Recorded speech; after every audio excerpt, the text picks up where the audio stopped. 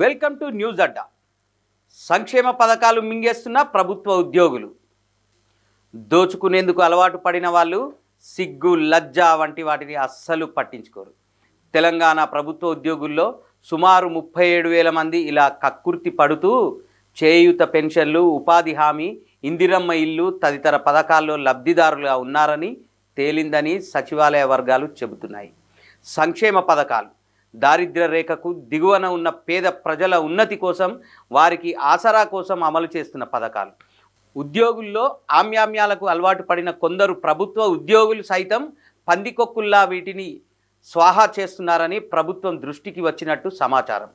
పేద ప్రజలకు అందాల్సిన డబ్బులను జంకు గొంకు లేకుండా నిర్లజ్జగా, నిస్సిగ్గుగా తీసుకుంటున్నారని తేలింది. చేయూత, ఇందిరమ్మ ఇల్లు, ఉపాధి హామీ తదితర పథకాల లబ్ధిదారుల్లో ఒకరు కాదు, 100 కాదు, ఏకంగా 37,000 మంది వరకు ప్రభుత్వ ఉద్యోగులు ఉన్నట్లు తేలింది. ప్రభుత్వం గత 4 నెలలుగా సర్కార్ ఉద్యోగులు, కాంట్రాక్ట్, అవుట్సోర్సింగ్ ఉద్యోగుల వేతనాలకు ఆధార్ అనుసంధానం చేసింది.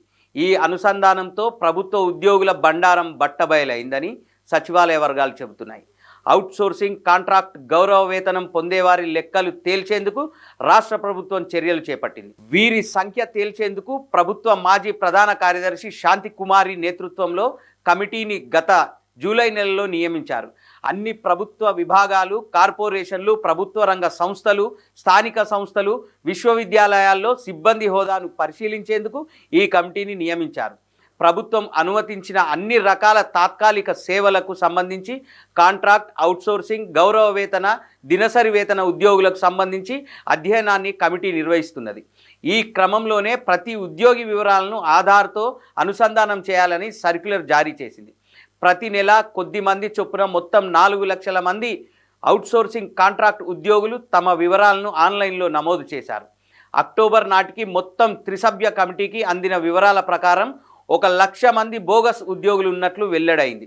1,00,000 మంది ఉద్యోగుల మూలంగా గడిచిన దశాబ్ద కాలం బీఆర్ఎస్ ఏలుబడిలో సంవత్సరానికి 1,500 కోట్ల రూపాయల చొప్పున మొత్తం 15,000 కోట్లు తెలంగాణ ప్రభుత్వం నష్టపోయినట్లు స్పష్టమైందని సమాచారం. ఈ మొత్తాన్ని ప్రభుత్వ విభాగాల అధిపతులు, అవుట్సోర్సింగ్ ఏజెన్సీలు, మ్యాన్ పవర్ కంపెనీలు కూడబలుక్కొని మింగినట్లు తేలిందని చెబుతున్నారు. ఈ కుంభకోణంలో అప్పటి బీఆర్ఎస్ బడా నాయకుల ప్రమేయం ఉన్నట్లు ప్రభుత్వం అనుమానిస్తుందని సమాచారం. వేలాది మంది సర్కార్ ఉద్యోగులు ప్రభుత్వం అందించే సంక్షేమ పథకాల్లో లబ్ధిదారులుగా ఉన్నట్లు వెల్లడైందని తెలుస్తున్నది. ప్రభుత్వం నుంచి ప్రతి నెల వేతనాలు పొందుతూ సామాజిక పింఛన్లు పొందుతున్నారని సమాచారం.